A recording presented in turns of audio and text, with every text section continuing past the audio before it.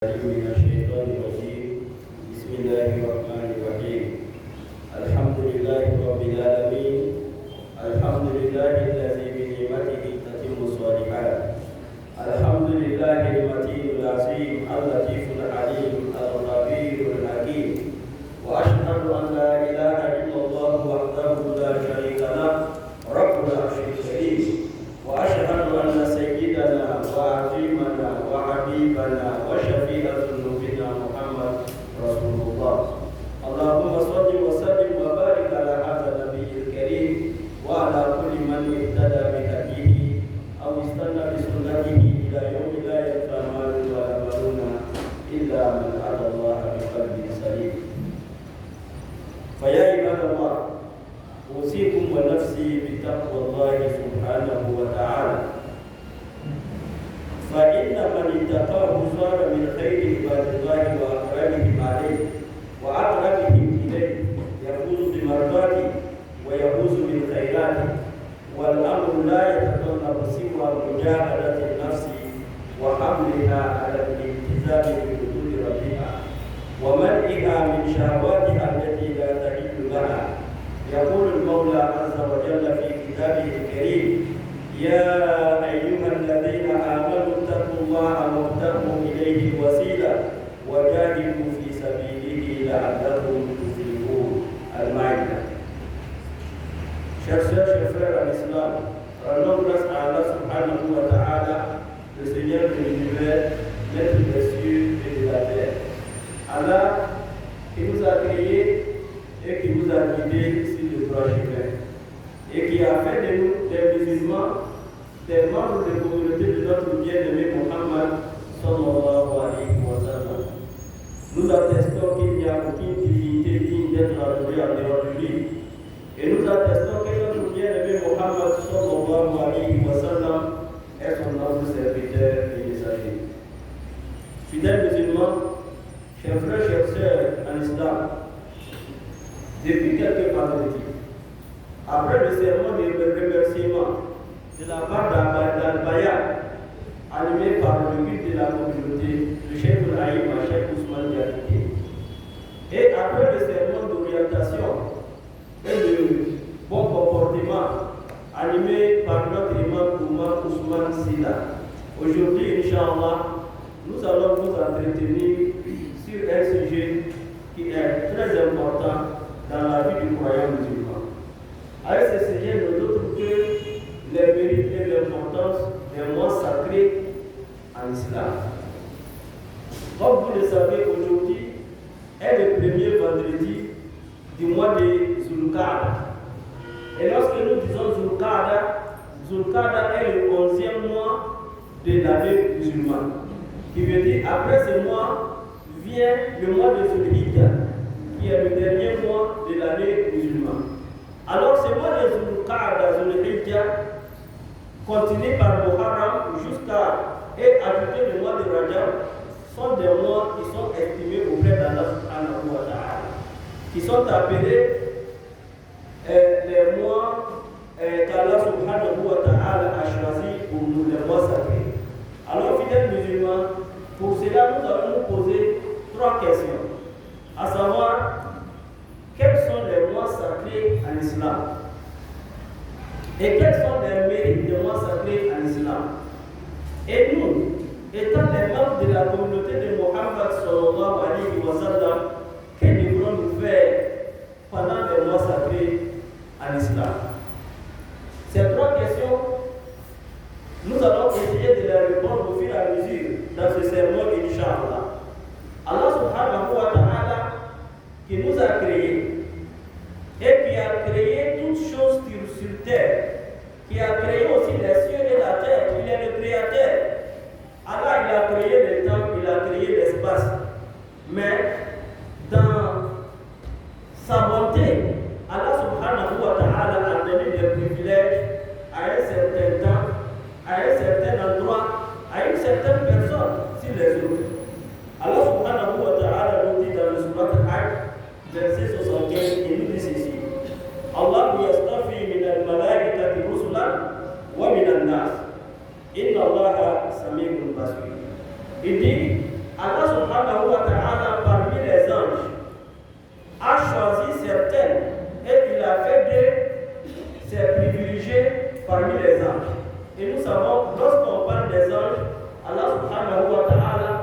a donné beaucoup de privilèges à l'ange Gabriel que nous appelons Djibril que les autres.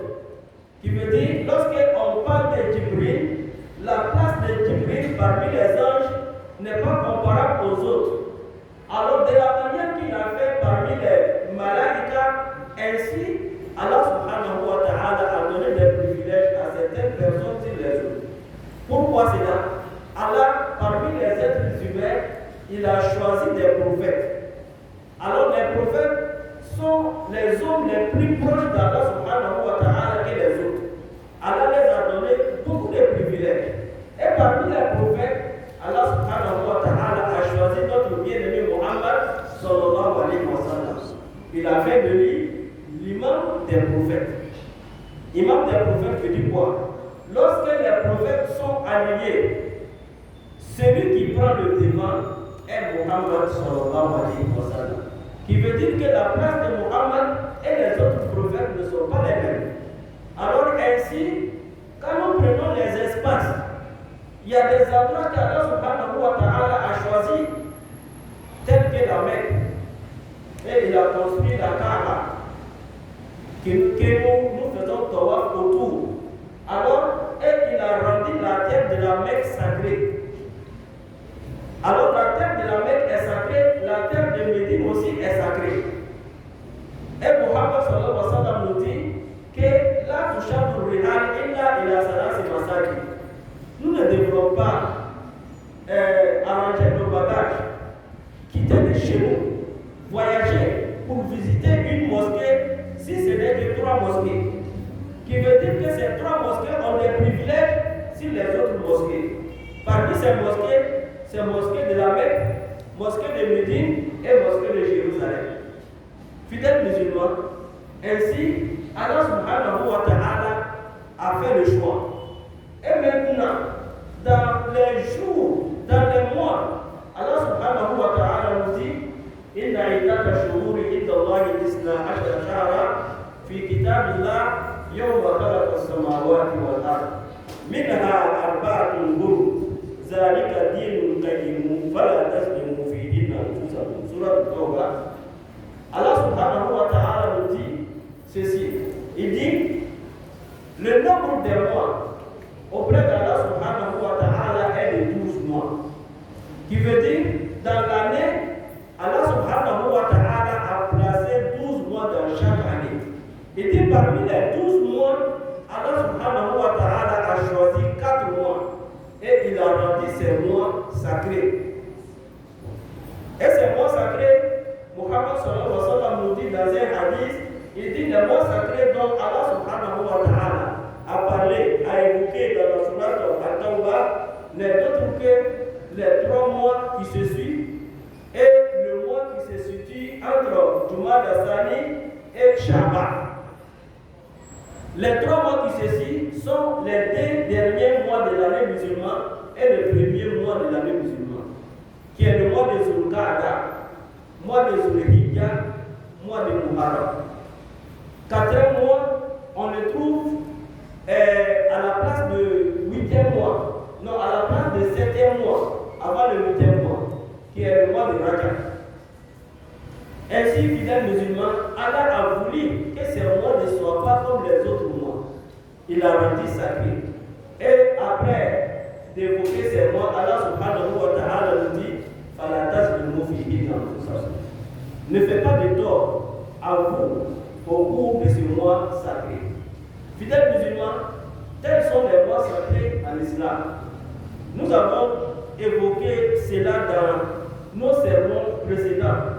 Nous avons toujours dit qu'on a l'habitude de dire le mois sacré de Ramadan.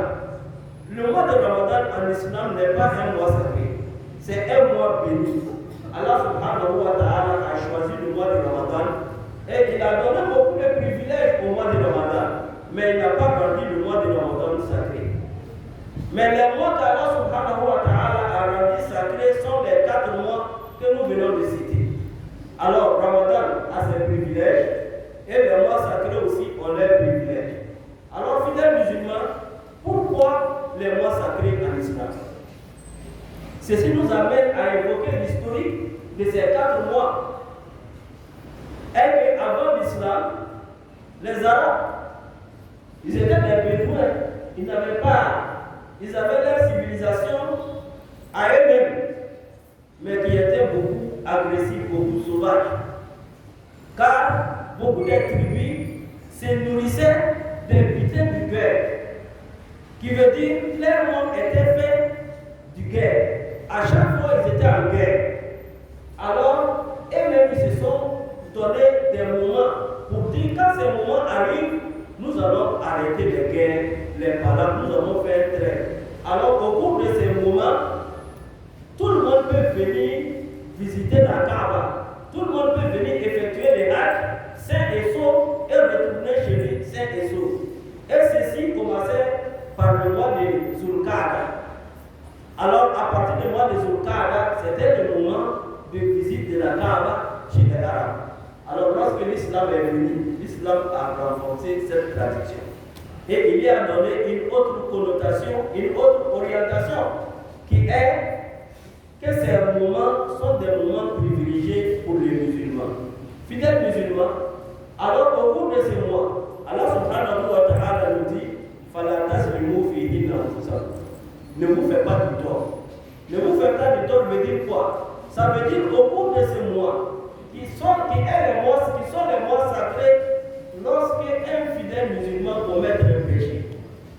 Alors, on va dire Allah subhanahu wa ta'ala va doubler le péché qu'il a commis, alors en l'écrivant chez lui. Mais lorsqu'il va effectuer aussi des bons actes, il va poser des bonnes choses, Allah subhanahu wa ta'ala va le récompenser aussi. Et s'il récompense du fait que ça a été fait au cours du mois sacré, Allah subhanahu wa ta'ala va augmenter les mérites. Telle est l'importance du mois sacré chez nous. Fidèles musulmans, lorsque nous constatons, nous allons trouver que Allah subhanahu wa ta'ala a mis beaucoup de mérites dans le mois sacré. Souvent, dans nos communautés, on en parle peu. Dans nos communautés, on ne cherche pas à connaître réellement la place des mois sacrés dans notre vie spirituelle. Alors que c'est des moments qui sont très importants dans notre vie spirituelle. Alors, au cours de ces mois, il faut savoir qu'Allah subhanahu wa ta'ala a placé beaucoup de mérites. Premièrement, ces mois sont des mois de la paix. Il n'est pas permis à un musulman de se lancer dans un conflit, dans une guerre, dans ces mois bénis. Alors, lorsqu'on est combattu, on est obligé de se défendre. Mais au cours de ces mois, le musulman, il ne sortait pas pour aller faire le djihad. Le musulman, il est un homme de paix comme d'habitude. Alors, c'est le moment d'adoration. Deuxièmement, ces moments sont les moments d'adoration d'Allah subhanahu wa ta'ala. C'est pour cela, l'un des piliers de l'islam que nous appelons le Hajj, Allah subhanahu wa ta'ala a placé le Hajj dans les mois sacrés de l'islam. Et il nous a dit Al-Hajju ashhurun ma'lumat faman farada fihinna al-hajja fala rafatha wala fusuqa wala jidala fil hajj. Il dit le Hajj s'effectue dans des moments précis, dans des mois qu'Allah subhanahu wa ta'ala a choisi. On ne peut pas se lever à chaque moment pour aller effectuer le pèlerinage. Le Hajj, non. Allah subhanahu wa ta'ala a décrété un moment au cours duquel on effectue le Hajj. Alors le Hajj, en dehors de ces moments, n'est pas un Hajj. Il faut que ça se passe dans ces moments précis. Et ces moments précis se trouvent dans les mois sacrés qu'Allah subhanahu wa ta'ala nous a donnés. Alors, fidèles musulmans, parmi les mois sacrés, nous avons le mois de Muharram. Alors, le mois de Muharram qui est le premier mois de l'année musulmane. Ce mois aussi a son importance parce que c'est avec ce mois que nous commençons l'année musulmane. Alors, les 10 premiers jours du mois de Muharram sont importants. Mais dans le mois de Muharram, nous avons ce que nous appelons Tasu'a et nous avons ce que nous appelons Ashura. Ashura, c'est le 10e jour du Muharram. Alors, le 10e jour du Muharram aussi fait partie des jours importants dans la spiritualité des musulmans. Car c'est le moment qu'Allah subhanahu wa ta'ala a choisi pour exaucer la prière de la plus grande prophète, de la plus grande personne parmi les prophètes d'Allah subhanahu wa ta'ala. Fidèles musulmans, parmi le mois sacré, Allah subhanahu wa ta'ala a placé le mois des Zulhijja. Lorsqu'on parle de Hajj, le Hajj s'effectue en mois des Zulhijja. Mais dans le mois des Zulhijja, il y a les premiers 10 jours qui sont importants. qu'Allah a évoqué dans le Saint-Coran. Il a dit Wal-Fajr wa layalin ashr. Layalin ashr, les savants, dans notre traduction de ces versets, ils ont dit qu'Allah subhanahu wa ta'ala a géré parmi les nuits des 10 jours importants dans l'année. Ces 10 jours sont les jours les plus importants auprès d'Allah subhanahu wa ta'ala que tous les restes des jours dans l'année. Pourquoi? Parce que parmi ces 10 jours, nous avons un jour que nous appelons le jour de Arafat. Le jour de Arafat qui est un grand jour, on peut dire c'est le plus grand jour en islam. Ce jour-là se trouve dans les lois sacrées de l'islam. Alors, fidèles musulmans, Allah subhanahu wa ta'ala a mis beaucoup de privilèges dans ces lois sacrées. Mais nous devons poser la question à savoir, lorsque Allah nous donne les lois sacrées, qu'est-ce que nous devons faire? Nous avons évoqué beaucoup de mérites. D'abord, nous disons, les mois sacrés sont des moments que les fidèles musulmans doivent s'adonner plus à l'adoration. De la manière que nous nous sommes donnés à l'adoration au cours du mois de Ramadan, parce que le mois de Ramadan est important. Pourquoi le mois de Ramadan est important? Dans le mois de Ramadan, nous avons une nuit que nous appelons la nuit du destin. Alors, la nuit du destin, à cause de la nuit du destin, le mois de Ramadan a été un mois béni. Ainsi, à cause du jour de Arafat, le mois de Zulhijja a été un mois béni aussi. Voyez-vous? Et notre bien-aimé Muhammad sallallahu alayhi wa sallam, au cours de sa vie, il a effectué 4 umrah. Quand on dit umrah, umrah veut dire petit pèlerinage. Mais les pèlerinages que notre bien-aimé Muhammad sallallahu alayhi wa sallam a effectué, tout a été pendant le mois de Zulqa'dah, c'est-à-dire le mois dont nous en sommes. Au cours de ce mois, Muhammad sallallahu alayhi wa sallam a effectué tous ses pèlerinages, sauf le pèlerinage qu'il a accompli pendant le Hajj d'Adier. Parce que le Hajj que Muhammad sallallahu alayhi wa sallam a effectué, le seul Hajj d'ailleurs, ce Hajj était accompagné par Umrah. Alors, c'est ce Umrah-là qui n'a pas été effectué dans le mois de Zulqa'dah, mais ça a été effectué dans un mois sacré de l'islam, qui est le mois de Zulhijja. Fidèles musulmans, tout ceci pour nous dire que nous vivons des moments importants dans notre vie. Il ne faut pas accepter que ces moments passent comme les jours ordinaires, que ça passe et que ça ne nous interpelle pas, pour nous dire que le moment qu'Allah subhanahu wa ta'ala attend de nous est vraiment ce moment. Parce que le moment, c'est le moment du travail. Nous devrons travailler et ce n'est pas le moment du compte.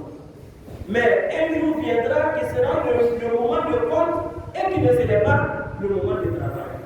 Aujourd'hui, celui qui a accompli une tâche estimée auprès d'Allah subhanahu wa ta'ala, même si cela ne représente que la poids d'un atome, Allah subhanahu wa ta'ala te donnera la récompense. وَمَنْ يَعْمَلْ مِثْقَالَ ذَرَّةٍ خَيْرًا يَرَهُ وَمَنْ يَعْمَلْ مِثْقَالَ ذَرَّةٍ شَرًّا يَرَهُ. Ce jour-là, c'est aujourd'hui pour toi. Ne dis jamais demain, ne dis jamais après-demain. Car quand tu dis demain je vais faire, alors tu as ouvert une fenêtre pour Shaitan. Shaitan va venir. Il va commencer à s'amuser avec ton cœur jusqu'à ce que tu oublies ce que tu as voulu faire dans ton demain, dans ton après-demain. Et demain, ce qui nous attend, dans l'après-demain, ce qui nous attend, nous ne le savons pas. C'est pour cela que nous disons que le moment, c'est aujourd'hui. C'est à cette heure-là. Tout ce que tu peux faire pour avoir Allah subhanahu wa ta'ala, il ne faut jamais le retarder. Car un jour viendra, même si tu remplis qui existe entre les cieux et la terre par l'or ou par des pierres précieuses et que tu donnes cela à Allah subhanahu wa ta'ala, Allah ne va pas accepter. Il ne va pas accepter parce que ce n'est pas le moment. Aujourd'hui, il est prêt à accepter le centime venant de chez toi. Tout ce que tu peux donner, il est prêt à accepter. Mais demain, une fois que les portes sont fermées, alors tu viendras, tu vas dire, Seigneur, si tu pouvais me retarder un peu. لولا أخرتني إلى أجل قريب فأصدق وأكون من الصالحين. Oh Seigneur, si tu pouvais m'accorder un tout petit peu de temps pour que je revienne dans la vie de musulman et que je vais faire beaucoup de sadaqa et je ferai effort pour être parmi les biens, parmi les bonnes personnes. Mais Allah subhanahu wa ta'ala va répondre ces jours-là, il va dire فَلَنْ يُؤَخِّرَ اللَّهُ نَفْسًا إِذَا جَاءَ أَجَلُهَا.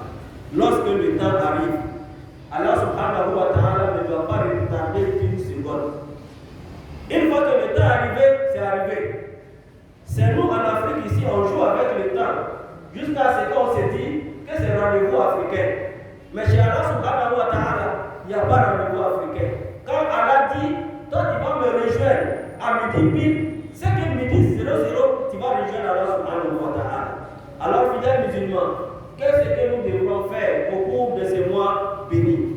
Ce que nous devrons faire, c'est les bonnes actes. Les actes que nous avons travaillé, nous avons beaucoup travaillé sur nous au cours du mois de Ramadan. Alors il faut essayer de continuer avec cela. Nous devrons faire beaucoup de prières sur le rogatoire. Nous devrons faire beaucoup de lectures du Coran. Nous devrons donner beaucoup de sadaqa, sur tout le monde, sadaqa. Parce que quand on donne sadaqa, il faut savoir qu'en donnant sadaqa, ça va effacer on va dire, comment dire, nos péchés. Quand on donne sadaqa, sadaqa va aider à étouffer la colère d'Allah subhanahu wa ta'ala. Quand Allah est en colère, c'est pas bon. C'est donc quand il est en colère contre toi, personnellement, tu as commis des actes qu'Allah subhanahu wa ta'ala n'aime pas. Et Allah s'est mis en colère contre toi. Pour étouffer la colère d'Allah subhanahu wa ta'ala, il faut donner des sadaqa. On veut avoir beaucoup d'argent, on veut multiplier notre fortune. Allah subhanahu wa ta'ala te dit, il faut dépenser dans le chantier d'Allah subhanahu wa ta'ala. C'est ici là que nous ne comprenons pas souvent. Parce qu'en donnant, nous dépensons. Nous disons qu'on a pris et puis on a donné. Mais Allah dit, quand tu me donnes, je vais te rembourser plus.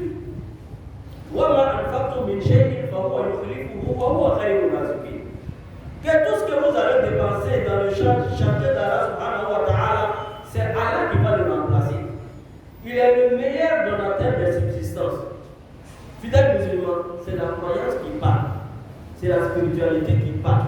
Il faut croire à Allah subhanahu wa ta'ala en donnant. Allah subhanahu wa ta'ala va faire des miracles pour toi. Mais lorsque vous donnez, en donnant vous-même, vous doutez, est-ce que Allah serait capable de me rembourser ça? Ceci veut dire que vous ne donnez pas avec la foi. Alors il serait difficile que tu sois remboursé fidèle musulman. Alors nous devrons faire beaucoup de sadaqa. Et en dernier lieu, nous devrons faire beaucoup de doigts. Quand on dit doigt, c'est la prière. La prière est l'arme du croyant. C'est ce que Muhammad sallallahu alayhi wa sallam nous dit. Il dit à doigt, c'est l'arme du mu'min. Nous voudrons combattre. Et on n'a pas d'arme. Mais notre arme fatale, c'est la prière. Quand quelque chose vraiment vient nous mélanger, et quand on est désespéré, qu'est-ce qu'on fait? On s'oriente vers Allah subhanahu wa ta'ala. On va demander à Allah de nous venir en aide. Tel est le croyant, le fidèle musulman. Surtout si cela se passe dans les mois sacrés de l'islam. Ainsi, Allah subhanahu wa ta'ala fera des miracles pour toi. Nous savons que notre vie est faite de soucis. Notre vie est faite de maladies. Notre vie est faite avec beaucoup de difficultés. Mais la solution, ce n'est pas avec lui là, ce n'est pas avec l'autre. La solution, c'est toujours avec Allah subhanahu wa ta'ala. C'est pour cela, lorsque tu t'orientes vers quelqu'un, tu dis j'ai tel problème, pour m'aider. S'il refuse de t'aider, tu vas gâter son nom. Je suis venu te rencontrer, j'ai tout fait. Il n'a pas accepté. Mais il fallait partir chez Allah subhanahu wa ta'ala. Allah dit, lorsque tu m'appelles, lorsque tu me demandes, je te donne ce que tu demandes. Il dit, alors lorsque nous implorons Allah subhanahu wa ta'ala, Allah dit qu'il est prêt, il est là tout prêt, à côté de nous, et il va répondre à notre solitude. Fidèles musulmans, tels sont les mots sacrés d'Allah subhanahu wa ta'ala. Ils sont 4. Et ces mots sacrés d'Allah subhanahu wa ta'ala, ce que nous devrons faire, ce sont des actes surrogatoires. Après les actes obligatoires, bien sûr. Une fois que nous avons accompli les actes obligatoires, il faut vraiment faire un effort d'y ajouter les actes surrogatoires. C'est très bien. Nous devrons vraiment nous lancer dans ce sens. Apprendre toujours à adorer Allah subhanahu wa ta'ala. Car notre foi, notre religion, ce n'est pas aujourd'hui, ce n'est pas demain. Il est dit à Muhammad sallallahu alayhi wa sallam dans le Saint-Coran, Wa'bud rabbaka hatta ya'tiyaka al-yaqin. Adore ton Seigneur jusqu'à ce que la mort t'arrive. Alors, chacun de nous est interpellé pour dire l'adoration, c'est toute la vie. C'est depuis A jusqu'à Z. Nous devrons continuer d'adorer Allah subhanahu wa ta'ala comme il faut. Nous devrons continuer de nous améliorer spirituellement dans la voie d'Allah subhanahu wa ta'ala jusqu'à ce que la mort nous arrive. Fidèles musulmans, tel est le sermon d'aujourd'hui. Nous prions Allah subhanahu wa ta'ala qu'il nous pardonne nos péchés, qu'Allah subhanahu wa ta'ala nous accorde le bonheur dans notre vie d'ici-bas, qu'il nous accorde le bonheur dans notre vie de l'au-delà. أقول قولي هذا وأستغفر الله العظيم الجليل لي ولكم ولسائر المسلمين من كل ذنب